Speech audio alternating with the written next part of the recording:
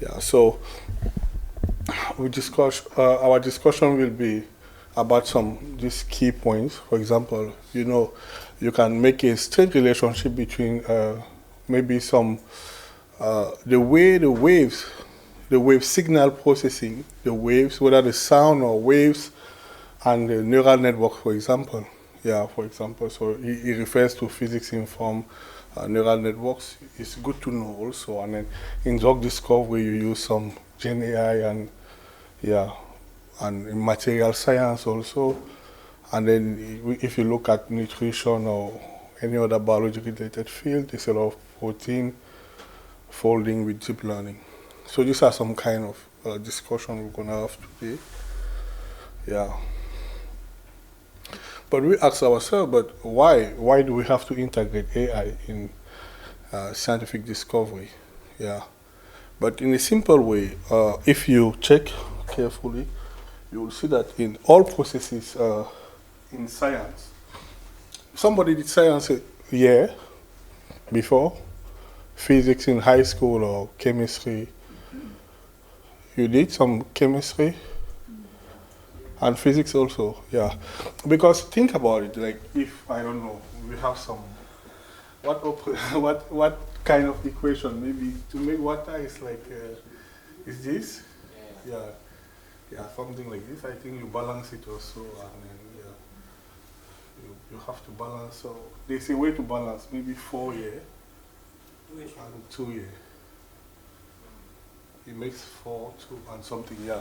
So, for example, it therefore means that each time I need 2 molecules of water because this is a molecule set of atoms also, then I have to do some reaction between hydrogen and oxygen in a way. And the oxygen, this one, is the oxygen. So, if I do this reaction, then I will have to obtain this.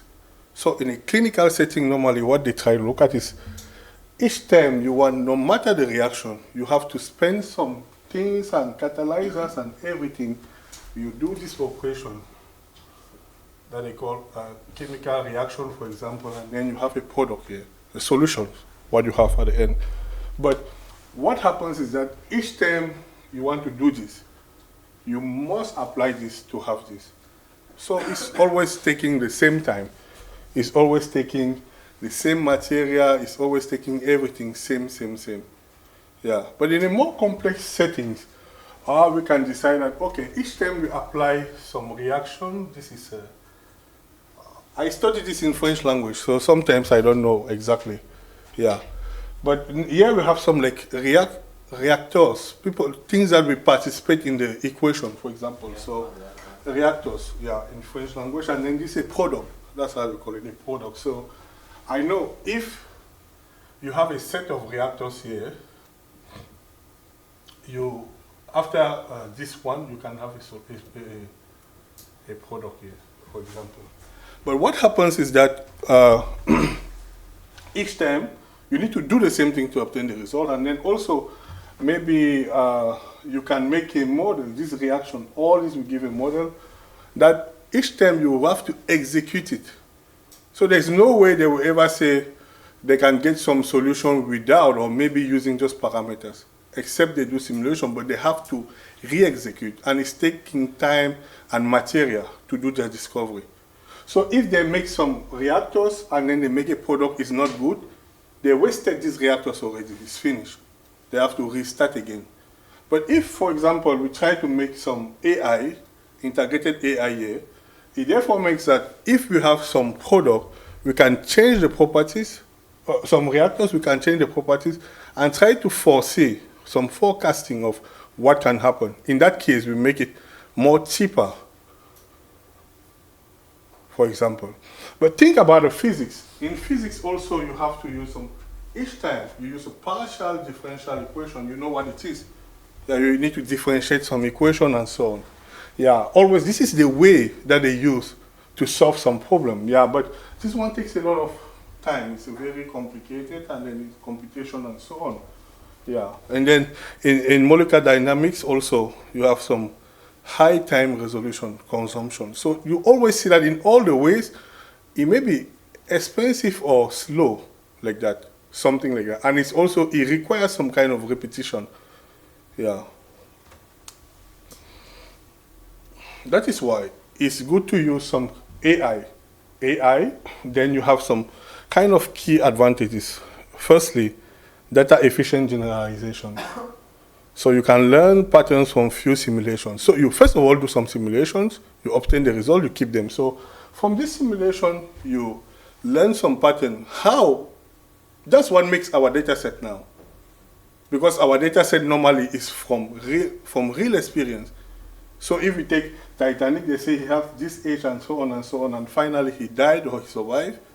Then we have all these parameters that were actual before giving this. So when we do experiment, we can keep the parameters. Each time we keep the parameters and we observe what happens in the target. So once we observe what happened in the target, then you see, we can learn from that. It gives a data set. Data sets are coming from experiments. It's not coming from air. We do experiment and we observe the results. We note them. And then we use, so they have many ways to store the results, sometimes in Excel spreadsheet and so on. Yeah. So when you use AI, at least you have some data efficient generalization, yeah, because from the data set, you can learn some patterns with fewer simulations. You don't need to repeat simulations or experiment all the time. Yeah. And then there's also some learning governing equations. So from the black box data, neural network can learn and approximate physics law. Yeah. Because we know it's unclear, but there is always a way to say, okay, this is my input and this is what I obtain. So it passed through some convolutions and so on. Yeah. So AI can infer system configuration for desired outcome. For example, in material, we target band gap. So the band gap is the energy that you need. Sometimes you will see it in the future that if you read some papers, sometimes all they do is to add some current to some solution. So they add the current and they try to see how the solution is behaving. It's true that it's a little difficult maybe to venture in this kind of research, but it's also important because at the end of the day, you can learn many things. Yeah. And sometimes you don't require, what you require to know is the structure of their own. How can you represent it in a computer way? Yeah. If you understand the data structure, it's much more easy, yeah, to solve the problem. That is why today we can say AI can maybe have so many applications across different disciplines. Yeah. For example, you see that in deep learning, you can use it for backbone pattern extraction and so on. Differential physics, you encode some partial differential equation and then some constant. You train some physics integrated neural networks and quantum chemistry and so on. Yeah. So you see that they are always related in a way. But how does it find? It finds an AI and machine learning can find application now all over, not just in civil engineering, chemistry, biology, material sciences, fluid dynamics, and so on. Yeah. So the application field becomes more vague, not just the normal classic medicine that we know, yeah, healthcare or so on. Yeah. But so let's look at one application. So some kind of physics-informed neural networks. Yeah. So this one are deep learning models integrated with physics laws, typically because physics particularly uses differential equation. I hope maybe if you did just a bit, you have to be always used to this kind of equation. Yeah, because that's the way they use to solve their problems. Yeah. So what we do is we just try to understand the structure and then how can we make it in our own way, for example. So I'm just trying to raise some alarm to you about this kind of collaboration in other disciplines, which is also very important. So, for example, you need to look at this particular field, like some fields in neural networks. Yeah, people already publish papers here. When you go, you see many papers actually upcoming, and people are thinking about everything. And you will see the Nobel Prize for CNN, the Nobel Prize, it came from physics. The original CNN, he's a physician. So he does in this kind of thing. Because this is the only way that we can change science. Because we do apply science. Yeah, so we check also So yeah, they use some deep learning to integrate some physical laws. Like now, we don't just want to solve with partial differential equation, but you use some deep learning, so convolution and so on. Yeah, neural networks. Yeah, and then you also know in neural network loss function. Yeah, so that one. And then with this type of model, if you use some PNI model, you can respect some non-constraints. So you don't just do the training anyhow. There are some constraints that are typical for the problem you are trying to solve. So you have to respect them, and then it has to follow that way. That is why they have to tell you, for example, this thing is not supposed to be like that, and so on. Yeah, and then you can learn you can learn from some spare and noisy data, or maybe solve some forward and inverse problem. Yeah, by differential equation. So. But in a general way, since you use the loss function, you see, you have, for example, if you assume that this is a partial differential equation, this is defined as a nonlinear differential operator, for example. So you can see clearly that you can train a network, a network that will have to get some parameters, so that at least it fits the data that you have, and then also it has to satisfy the partial equation boundaries, because when you are differentiating, there's always some boundary to get the value. You can differentiate according to x, y, or whatsoever, but there's a boundary when you come, it's called integral to get the exact function. So you can set the boundary to satisfy the initial condition of your experiment. So that is why maybe you have some difference of u by t. Yeah, but when it comes to getting the value, maybe you have to set some boundaries, for example, so to know exactly where it is. So you can use some model to do that training just to set the value of theta. Yeah, so it's almost same here. So, but in this case, you see, you also need to do some consideration if you are considering like data physics and then also some boundary initial conditions. So always you think about it, because you know, I have to go above what I do. Yeah, so since I'm using some laws, it's the same thing that we do in medical practices. So if we do some prediction, we respect the prediction of the field. Yeah, you cannot do always a prediction and then you don't care what happens. So there's some boundary, you need to follow some pre-established condition. And in physics, you have to do same, for example. Yeah, you have many applications here. Yeah, that goes in many ways. And then I discussed with some people already, they try to think about some wave propagation and so on. But when you see signal processing, and it's the same type of thing also. But you can compare, yeah, how it happens when you want to train this type of networks, and then the classical solver. But the classical solver generally refers to, yeah, some partial differential equation and so on. So you can have some kind of features, for example, and how to solve them. Yeah. So there are some other variants of the physics-informed neural networks. Yeah. So you have, like, I just gave some 4 examples, I think. There are 4 examples, and then you have some kind of properties. So you can check. I'm trying to speed up a bit.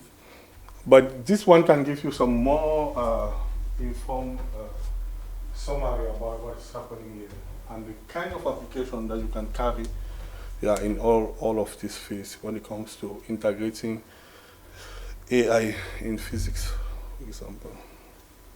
So another field that is also important is drug discovery. Drug discovery, yeah, and you will check all these papers. You can check on Springer and so on. If you look at the people who firstly define this, who imagine, or maybe because they start as a review, they don't have, I don't think in PINN, the paper I used was more than 1,000 citations already. It was published in 2023. So you can imagine how hot that topic can be. It's first of all published in very high impact factor, and also it has a lot of citations and rates and everything. Yeah. So that kind of paper, like they do like some kind of defining how these things are going to interact with some level of application and proof. Yeah. So it's also same. You will see that before, when I check drug discovery, also some AI wasn't deep insight, but today is really important because the traditional drug discovery is slow. Yeah, the process is very slow and then expensive, and it has some low throughput. Yeah, it was supposed to be same with the COVID-19, for example, when they had to adopt the vaccine. But the vaccine is always it takes a long time in clinical trial to do adoption. But COVID was adopted very fast because of such technologies. So the goal of AI is to design some chemical and valid molecules with the desired properties. So you want to use AI in this field to create some molecules. Yeah, but we always remain, and then because we discussed with her, she's not here today, and then she said it's a real molecule, but we think if the property of that molecule that we are trying to come out with, even if the property looks real, yeah, because we talk about some RNA now also. So you also have to look at some modules with some kind of specific targets, yeah, proteins and so on, you know. And then what are the type of generative model that you use here? You have the variational autoencoder, for example. Yeah, some examples are there. And you also have this, some GANs that are also used to have graph-based models that are more important because you see the molecule, you see structure, and then you see the way it works. Because you have to follow the data the way it's being represented. So you can see that there is some kind of strict collaboration between this and that. And they just do some kind of consideration. So what do we define? An atom? Because in a molecule there are many atoms, at least two, yeah. So and then some edges, what are the edges, and so. So they try to do this kind of configuration. So you have some graph-based this, and then also some diffusion models. Yeah, Yasin, you talk about diffusion model recently. So can also be used here for molecule generation in a way. So you have some things like that. Yeah. And then we discuss about some key properties for molecular evaluation. Yeah. How do you actually evaluate, for example? So one of properties here is a quantitative estimation of drug likeness, for example. So if you feel that you have some interest, because there's always a way to check how acceptable or how true or how you need to evaluate whatever you are doing. Yeah, this is a way. For example, these are some various ways, and it depends also. So some researcher works on some metrics, maybe they adopt or not, and so on. So you can have some key ways to evaluate these kind of things. Because you always ask yourself, if you don't have these properties, then you ask yourself, how sure are you? It goes in the XAI also. How sure are you that what is generated is okay? Yeah, you need to have some way to check it and so. But having these parameters already make you understand that many people think about this. Because they already done experiment and then they are trying to evaluate how their results is. Yeah. You will see in the future that all these big tech companies, Facebook, Google, everybody already working on this long time ago. They have many projects on it. Yeah. And then you see some tools here and frameworks. So some tools and frameworks that you can use. Yeah. And many people, this one I see to be Moses, seems to be very famous in this area. When I read some papers, and many people are using Moses generally when they want to benchmark their generative AI. But who heard about something like this in silico medicine before? Somebody know about this?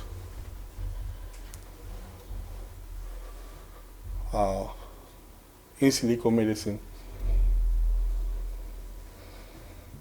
It's used almost in all food and drugs and chemical area, but it's purely computer-based.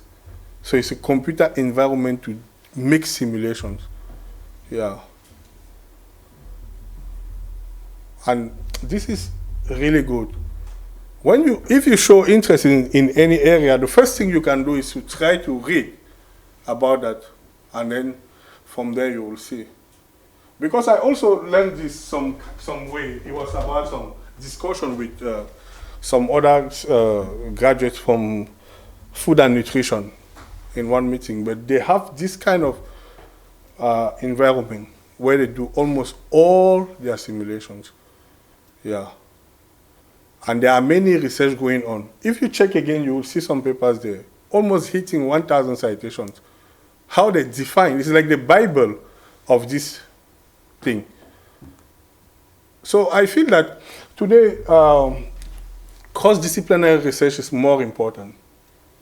Trying to apply AI somewhere else is more important. So you make yourself also useful in some pharmaceutical company or different companies. You don't always just go.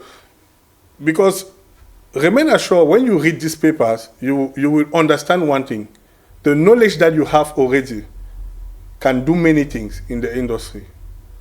But without reading the papers, you feel that maybe you need to develop, you always say innovative something, I don't know, then you ask yourself how innovative and what is happening. Yeah. Innovative can also be that you apply some classical, because with them they don't do classification, you will not see it. Mostly some regression. Because they predict the values, they are not into class 1 or class 2. You see, they want to do prediction of value. So that is why you see, in all their models, you always come and see, they want something like this. So if I have a current year, and I have maybe a concentration, they always want that each time I have this, and I have this. So they want you to define this curve, so that for each value, they can predict exactly what is happening. Yeah, which is different from our classical prediction, where I have something here. When I apply my fully connection, I just want to know if it's a doc of or a class. But we also predict in some cases when we use tabular data, but mostly it's not necessary for them. So if you come with the mindset of putting this class, cancer, not cancer, no. They want values, because when you use partial differential equation, you have a value with your boundaries and so on. You have a final value, so they want you to get this model that will clearly define the task, so that each time they give a value here, they get this thing, the final answer. Yeah. So, atom-wise, you can use some deep CNN for structure-based drug screening, for example, and then you see IBM already did some work on it. And you can use some graphical neural networks also, yeah. And then in that structure, they do some new configuration, because you saw the molecule before. So you have to define what's in node and then what are edges and the graph itself, for example, yeah, the type of graph. So if you use some DNA, you can capture some local chemical environment and model spatial periodic information. Yeah. And this one is also important, but you have to understand some mathematical principle, but some also do. If you did mathematics and computer science, you will see. So in the graphical neural network, there's what they call a message passing neural network. Yeah. So in mathematics, if you didn't, have you seen something like this in mathematics? The neighborhood. Neighbors. Have you done this? There is a specific field of mathematics they call topology. Yeah. In topology, they define neighbors. It's a very important concept. So in neighbor, but anyhow, you know what is a neighbor. A neighbor, at least if A and B are neighbors, if at least their intersection is null. There's something that joins them together. Yeah. So you must have something in common with somebody. So that is why I can be here, I'm a neighbor of somebody in Africa, because we have something together. But if there's some neighborhood that is defined, it's just a condition that links you. Yeah. So in this case, there's some kind of message that is used, yeah, in aggregation from neighbors, and then they generally use this kind of function. You know, this is a nonlinear differential equation, and then you have some update method, which can be, we know already. For example, it can be a gated recurrent network or multi-layer perceptron, for example. So we use it for updating, and we take in consideration aggregation, and then also some hidden state of nodes and so on. Yeah. But if you understand exactly what's a neighborhood, it will be easy for you in topology to apply some this message passing neural network. And this one helps to update the representation of aggregations. So in GNN, you have some these examples you can check. If you are not interested in this, maybe no need to go deep. But if you find interest, like our, he knows himself here, so you have to go deep in this type of things. Because he actually has to manipulate some graphs and so on. But inside you have to find some deep mathematics and then some other things. Yeah. So let's look in a whole at applications of AI in material sciences. So yeah.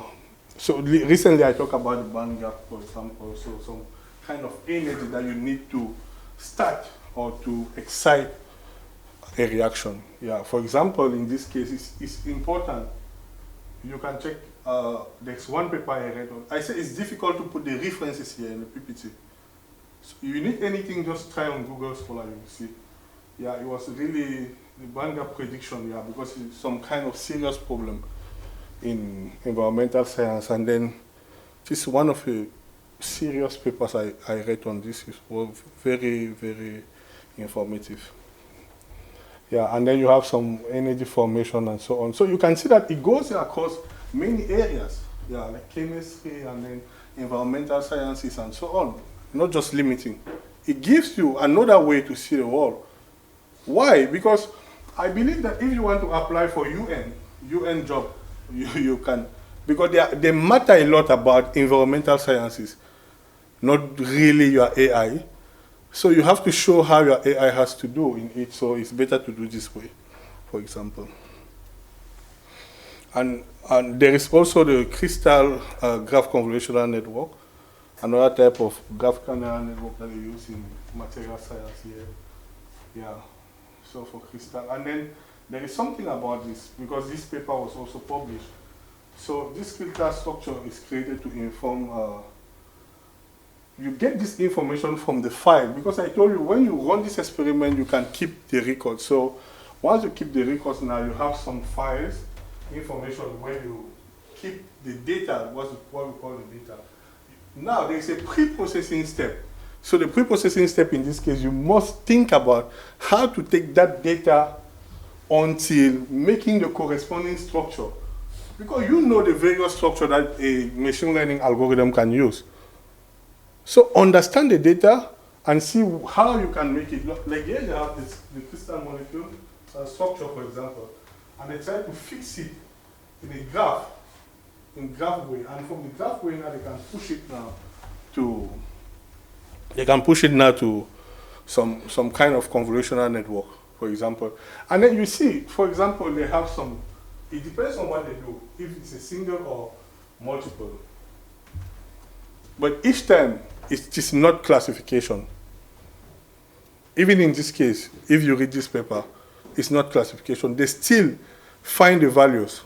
Yeah, it's regression and exact values that they do. Yeah, so in this case, if you have a single task, it means that you are defining the one value, or maybe you can define some output of 3 or multiple parameters, for example. But we know already what it means, because for us, we don't do, it's surprising. You know, before we don't do this kind of, we don't want to do this kind of thing. We always have at least 2 classes to talk about some binary classification. But for them, they run it and they shoot just one value, you see. Yeah. And then you will see, for example, this project that I have gone through, and because you can check their GitHub and code and everything is available. This project is about the Open Catalyst project. Yeah, so this one, they also use some GNN here, and it's been run by Meta. Yeah, Meta and then some other American-based university. So here they use, for example, 1.3 relaxed DFS structures. Yeah, but there is one problem about this, is that the molecules are having a lot of possibility. They say change you see that it gives almost 10 to the power 100 variants that you can have. So it's difficult to understand the structure and how it is. For example, you see that when they use this, they want to predict absorption of energy among 1 billion catalyst reactors. Yeah, how to reduce the energy and then do some configuration. So you can see some description and then the GitHub here. Yeah, how their model functions and so on. So another problem is some protein folding. Yeah, I think we finished by 4. Protein folding. So protein folding is determined by protein folding. Yeah, so the protein function is determined by its 3D structure. So I've given some example beside 3D function, which is dedicated by some kind of acid sequence. Yeah. So in all the way you will see, in this case you use some structure to get a sequence, which makes it really complicated. So you have to predict a structure from a sequence. Yeah, predict a structure from a sequence. So it's important. Why is it important? Because it enables some drug designs, for example, and enzymes. Enzymes and catalysts are some kind of reactors that accelerate some chemical processes. So if you want them to go faster, you have to use. For example, in the case of Alzheimer's disease, it can help to understand a disease, for example, and then also some central synthetic biology. Yeah, we also have some significant importance there. But the problem is that there's a lot of conformational space. So, for example, if you have some 100 atoms, you will see that it can adopt up to 10 to the 100 shapes. So it makes it too large to do some best prediction in this case. Yeah. So that is why some of this research, we don't run them. Even biological research, we don't run them by ourselves. So we make the model, we always want the specialist to be there to say exactly what are the boundaries. How do we go about until the end? Yeah. You cannot do a research about physics or chemistry or material science without the expert. You are just deceiving yourself. There is somebody that has to approve that your protocol is doing, because remember that what you are doing is that you are automating something that is existing already. You are not the designer of that solution. It is existing. You are just trying to make him gain in terms of time and money. Yeah. So you can see that there are many things and to do. Then you need expert knowledge, for example. Yeah, but there is one in this protein in this protein folding problem.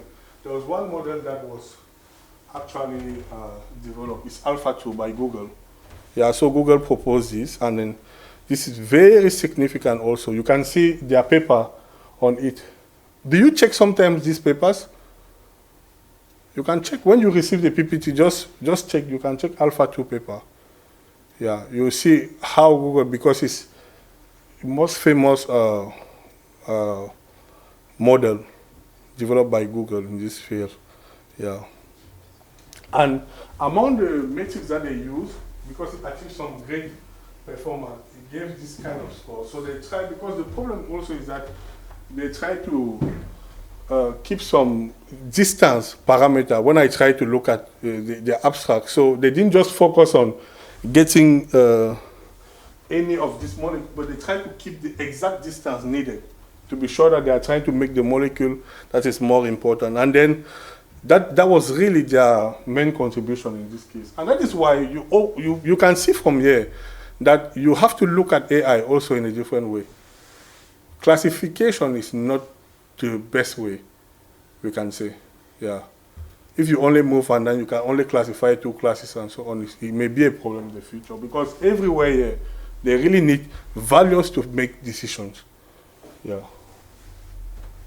So in this fall, I will show some kind of architecture here. You see in this architecture there's some kind of folding. The protein folding is treated as a structure, because we mentioned that in this protein sequence you must take a structure, and from that you must predict a structure, and from that structure the structure will come from the sequence. So they treat it as a structure, yeah, prediction task. So they want to get a structure, for example, and they have to integrate at least three things. Three things is that they have to integrate evolutionary information, which is somehow not possible in our case because in most cases in our models, we train with some data set. They don't consider the mutation in the data set as it's going. So it's a little challenge task here. It's a challenge because you are changing as it's going. Some AI problem may do it, yeah, but in this Alpha 2, you must do it specifically. It means that if there are changes or updates about this thing, you must do it. And then some, yeah, end-to-end difference, inference, and the distance, as I mentioned, yeah. So, for example, you see that this model uses some kind of multi-self-attention layer. So it has some transformer and attention mechanism inside. Yeah, you can see here that there is a multi-self-attention layer there that works on the embeddings.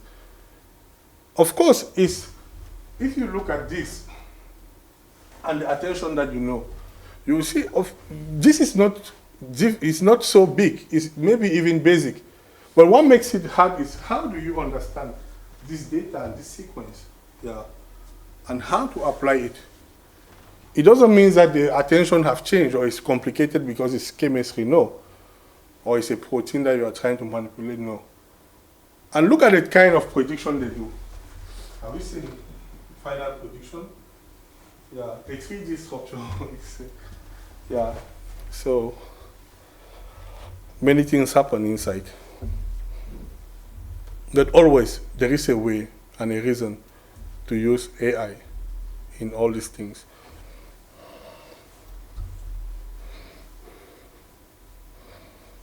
Okay, so let's look at some tools that you can use in this kind of environment. So you have some tools here and a short description. Like they have a database here that contains more than 200 million proteins, and then you have some OpenFold, yeah, this library on PyTorch, for example, and then some many other things.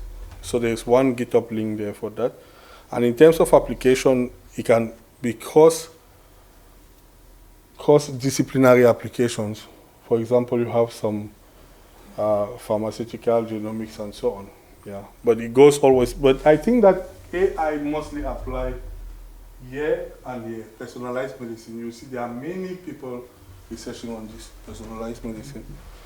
Yeah. But in a general way, there are some kind of challenges that you occur when you engage in this kind of research, scientific AI, for example, some kind of challenges, for example, about some data efficiency. Yeah, so some data are very expensive. Yeah, but when you are connected, this advantage when you are connected to a laboratory is easy,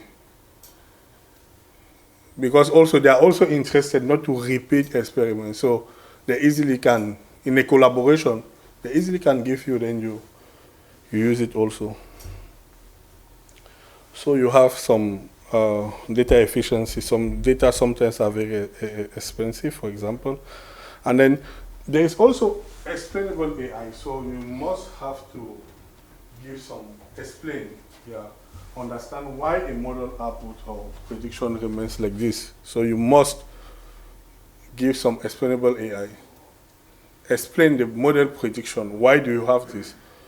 It's very important. Why this decision? So you have to use appropriate method. But in XAI, we discuss, for example, for graphical neural networks, there are XAI methods that use graphical neural networks. So if you are using, you have to use them to explain, for example.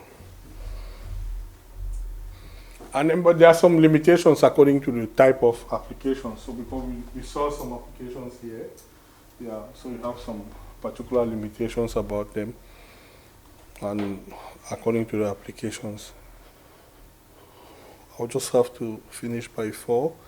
And then also you have some other research directions here suggested. But as I said, I think you surely have some understanding of what I try to bring out in this lesson.